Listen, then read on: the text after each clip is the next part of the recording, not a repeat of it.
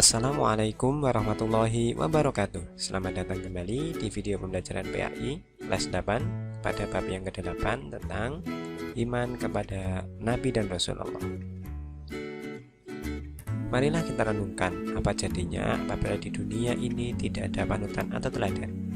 Panutan itu bisa membimbing umatnya untuk beribadah kepada Sang Pencipta dengan cara yang benar. Jika tidak ada bimbingan para rasul, tentu hukum rimba akan berlaku. Siapa yang kuat, itulah yang akan menang dan berkuasa.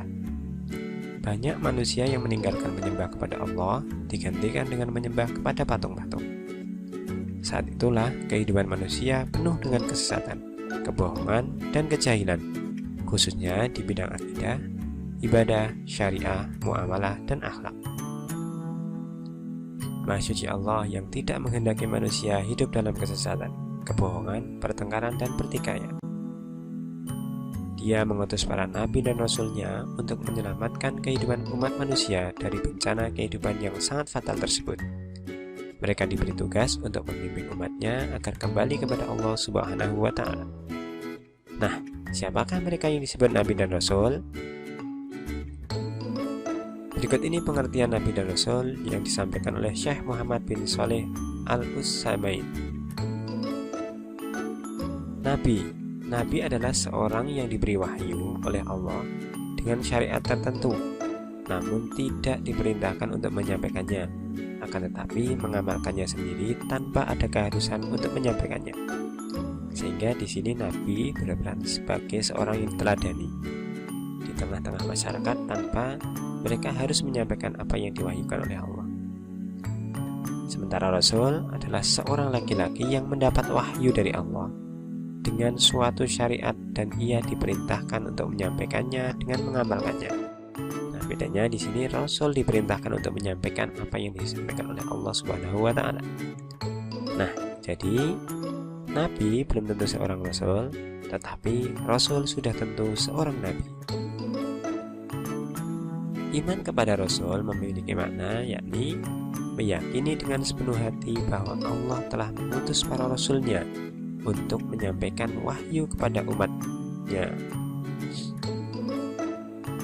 Allah berfirman dalam Quran Surat Ali Imran ayat 164 yang artinya sesungguhnya Allah telah memberi karunia kepada orang-orang beriman ketika Allah mengutus seorang Rasul yakni Muhammad di tengah-tengah mereka dari kalangan mereka sendiri, yang membacakan kepada mereka ayat-ayatnya, mensucikan jiwa mereka, dan mengajarkan kepada mereka kitab Al-Quran dan hikmah atau sunnah, meskipun sebelumnya mereka benar-benar dalam kesesatan yang nyata.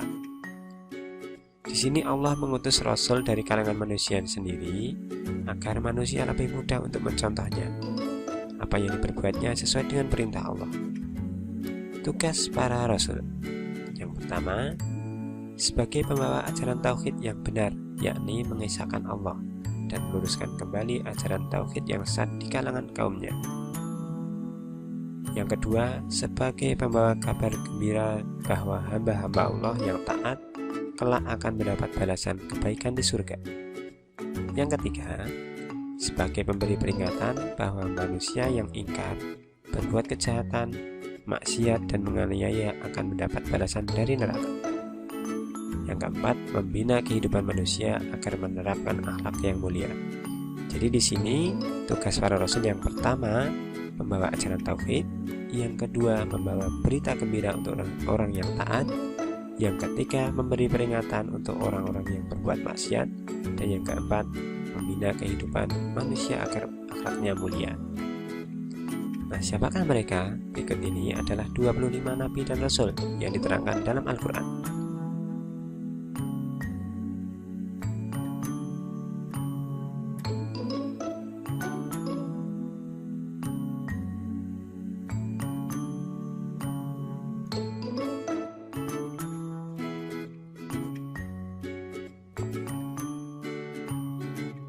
Nah, mereka inilah yang diberitakan Allah dalam Al-Quran.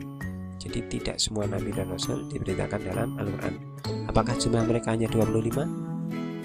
Tentu tidak. Berdasarkan riwayat dalam hadis, jumlah nabi kurang lebih 120 ribuan, sementara jumlah rasul kurang lebih 300-an. Namun Syekh Islam Ibnu Taimiyah rahimahumullah menegaskan bahwa tiada yang tahu pasti berapa jumlah nabi dan rasul. Hanya Allah lah yang tahu hitungan tepat berapa jumlah mereka.